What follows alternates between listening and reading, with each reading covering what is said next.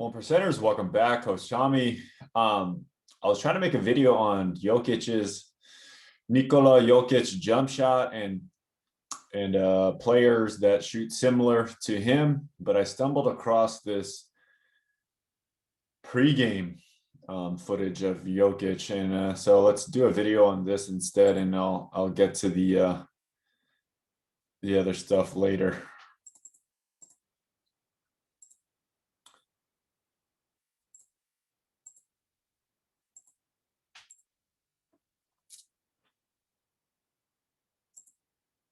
All right. So losers, they just want to see highlights. They just want to see highlights. The winners, they want to see the process. They want to know what other players are doing. They want to know what secrets they're doing. They want to know what they're eating. They want to know what their recovery is like. So if you're a winner, you should be paying attention to basically everything besides the game. The game is just the result of all of the process. So what do they practice before? What do they eat? How do they condition? How much sleep are they getting? How much film are they watching? So pregame is a good glimpse into what they're working on and what they're trying to actually execute and get done. So highlight mixtapes and stuff. That's just for fans to get you hyped. But if you're a student of the game, if you're really trying to learn and be a great player, yeah, this is the stuff you should be looking at. Let's get my head over here.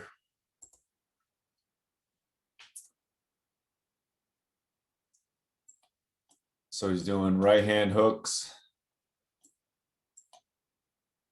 turning over that shoulder, turning over the other shoulder, right hand hooks, and then turn around. There we go. Left hand hooks. Okay, so he's just owning the paint area.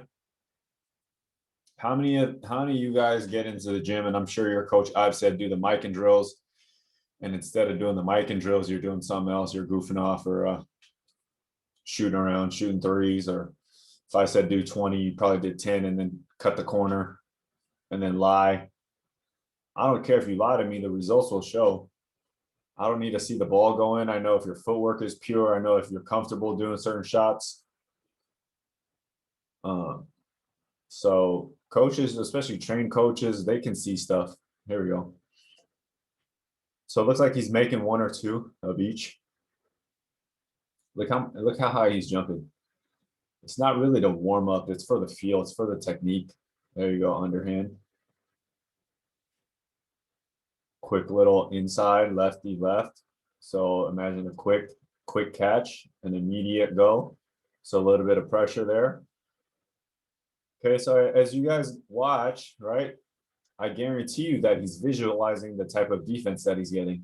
So that's soft defense on the top side so he can fade or turn over that shoulder. There's so he drops that leg and spins. So that's like when he's trying to hook somebody. There you go, hooking it left, hooking it right. Right hand hook. So notice he's also using both legs, both hands, turning over both shoulders. How many of you guys are only one way? How many of you guys are only one way? I guarantee most of you guys can only do your right hand, minimal stuff with your left hand. Floaters, so off a little pick and pop, a little pick and roll, stopping short of the key. He's not a big time dunker, so use that glass there, right foot, left foot again, floater this time, no glass. Now he's using a glass. Same footwork, right hand, left foot, right hand, right foot, all floaters here, alternating feet. Now he's switching to left hand. So adding in that left hand. You don't have to exert a lot of energy on this. It's all about technique and touch. And then you build up that accuracy when you get in enough reps. So if this dude's playing 82 games or however many games, I'm sure this is part of his routine. So you shouldn't be killing yourself on every workout. So go through your skill stuff. If you're a ball handler, you should be doing light dribbling stuff between the legs, behind the back. low hezzies, footworks. If you're a big man or if you're a guard that gets into the lane a lot, like quickly, floaters, floaters, floaters. You create a routine and then you hit a certain amount at each spot. Like, what the heck was that? He just flipped that one up. He's just messing around. There you go. So that's a push shot. Okay, so they look the same. That one's a floater shot.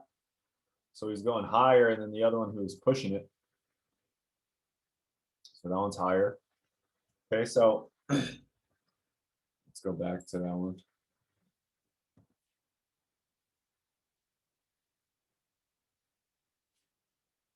See, that one's a push. Okay, so this one's more of a like a push shot instead of a normal shot. It's just pushing it in. That one's the higher one. Okay, so I tell you guys, there's underhand finishes, side hand finishes, and overhand finishes. So you've seen him do all three, all around the rim, and now he's just doing his little mid-range jumpers. And here's a good little part to take a stop and look at his jumper, right? Okay, there it is. Okay, so I told you guys, okay, he's like 7 feet tall. So 7 feet tall would probably be here if he's standing straight up. Okay, it would be here. So imagine if you're trying to guard him, you're this dude here, and I don't know how to draw, man. Closeouts, you have to bend your knees. So if you're 7 feet tall, you're going to contest. It's going to be down here, right? So that's already an advantage of this type of shot where the ball is located behind or slightly on top of his head. Okay, normally a person will have the ball like here, and the elbow will be like this. Okay, so that's the big difference, which gives him this gigantic advantage. So you'll see a lot like players when they begin to close out, right? They can't contest this from back here because they got to go through his elbow. If they hit him on the elbow, that's a foul. Okay, so they have to get closer to contest. Not only do they have to get closer, they have to stand basically completely tall because they're not as tall as him. So once they're tall, it allows him to, blow by even though he's not very fast. So this is what I mean by this type of shot will give you extra inches regardless of how tall you are. And I said this will benefit you if you're not as athletic. Okay, so examples: Jokic, Larry Bird, Kevin McHale. Someone you can follow on Instagram that I play ball with a lot is Ryan Carter at HezzyGod. I just watched some stuff. Quavo shoots like this. I can't even name a song he sings, but I know he's a rapper. And I saw like he shoots like this. Julius Randle shoots like this. Luka shoots like this. Okay, it's not an aberration. This is not some rare thing. Okay, so if you're like I said, if you're courageous enough to practice like this and not listen to your coach as you develop your shot and you just keep working on accuracy, okay, this is actually quite beneficial. I'm telling you guys, if you guys are disadvantaged in some way, less athlete, less height, whatever it may be, this might be your edge. This might be your edge to get you, crack that starting lineup or make that team or whatever. It's gonna look crazy until they start going in, guys. So if you're on this path, ignore everybody. If you begin the path and you need my help, just message me.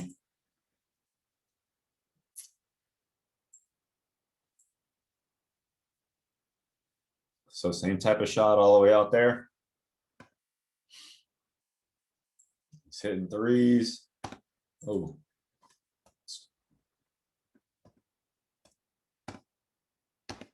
Like that. Like, whee! Okay, so remember, all that matters is the release at the end. If your wrist is pointing at the rim, you got control over that ball. That's what matters.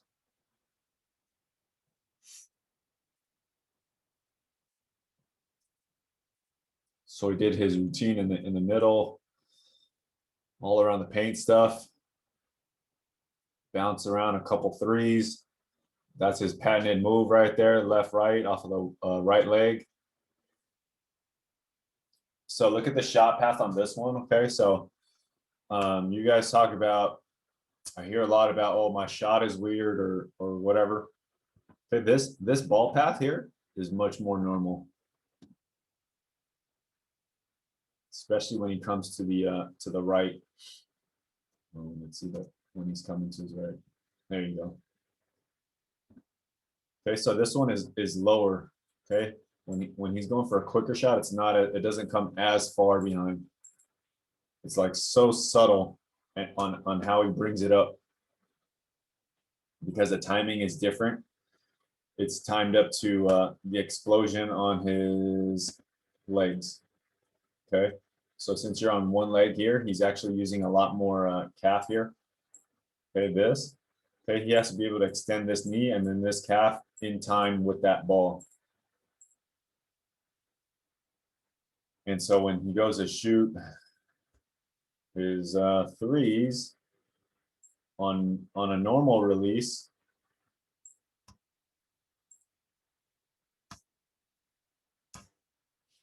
okay, you see he's extended before this ball comes out. So they look very, very similar, but the difference is in the timing of that release and the timing of that elbow and wrist coming forward. This is something most people wouldn't notice. This, I guess, I don't know, I have an eye for it. I've shot a million shots. I've trained a bunch of people on how to shoot, and I've just watched a ton of basketball. Comes from, I guess, my background in exercise and personal training, corrective exercise, body movements. I don't know, but it's very subtle. It's a very, very subtle difference, and that subtle difference allows for a difference in timing. And when your timing is different, it's very hard or strange for a defender to get a lock on your timing, because you have a different timing on one shot and then different on another, and then some you're going underhand, some you're going over, some you're going sideways. Some he's going off the left foot, some he's going off the right foot. So it gets very, very tricky to guard him, and that's the whole package which makes him so difficult to guard. That's just the shooting stuff, right? So it's a whole piece. We know he's a great passer, so if he puts that ball above his head, who's to say he's just not going to rifle a pass? Or who's to say if he takes a dribble, he's bringing that ball up and going to whip a hook pass or some behind the back pass or loop it around your back?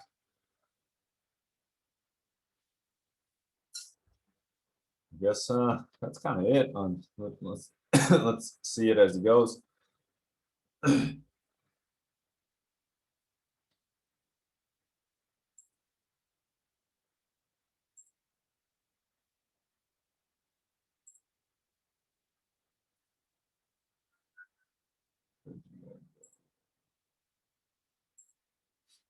All right, so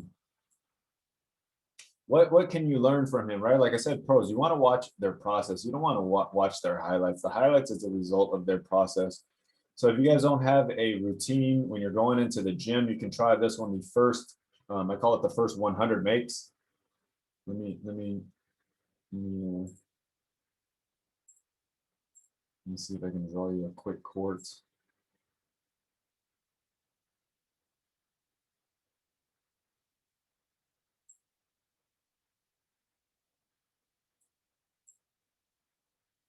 My artistic skills, man, just drawn all over my face.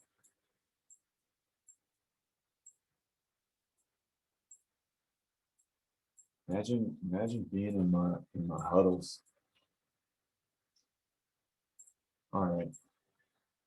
Your first 100 makes, okay? Form shots, 10 there, 10 there, 10 there, that's 30, right? And then you go around here. So around the world, 1, 2, 3, 4, 5, 6, 7, 8, 9, 10. That's another 10. And then you go back. Okay, so that's 50 makes. And then you make 10 from the free throw line. So that's 60.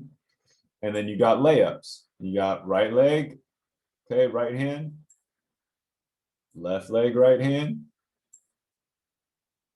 left hand, left foot, left hand, right foot. That's your first 100. So give that a practice. Use that as your first 100 if you don't have any just things to build your routine, right? If you guys obviously want to add to your routine, you're a shooter, boom, 10 there, 10 there, 10 there, 10 there, 10 there, 10 there, 10 there, 10 there, 10 there. 1, 2, 3, 4, 5, 6, 7, 8, 9 more. That makes your next 90 makes. Good Lord, right? Imagine how crazy I get. And so you can get here now, because then we're going unguardable spots. Boom. That's another 10, right? So that makes that 110. Coach, you're going crazy. So that's another 110. Oh, sorry. You can go inside hand, right? So now if we're coming down this way, you can use your left hand, left foot. Okay. Then you can go on this side, left hand, right foot. And if you're coming down this way again, you can go right foot, right hand, and then you can go left foot, one hand. So I just added another 40 makes to your routine. So look how quickly the shots can add up. But yeah, so that's your first 100 makes, and then your next 90. And then if you're a shooter, add in these. If you're Damian Lillard, you can add in another one out there in the, beyond the NBA range. And then if you're a finisher, add some more of these. Okay, these are all layups. Now, what we just saw Jokic do was these were all floaters. So if you're that floater type, if you're Emmanuel quickly, turn these from easy little layups to floaters. And good luck. So if you're going to do all that plus the floaters, that's like 100, 200, you're on 300 plus makes. And yeah, that if you're a beginner, that's going to take you forever. So let's get rid of this all off of my face. Okay, that's definitely a lot more than 1% of your day. If you're really good, that finishing stuff on the first 100, it should be 100 for 100. Yes, I said that's 100 for 100. Okay, guys, until next time, take 14 minutes, 24 seconds, or 1% of your day to get better. How do I close this? Peace.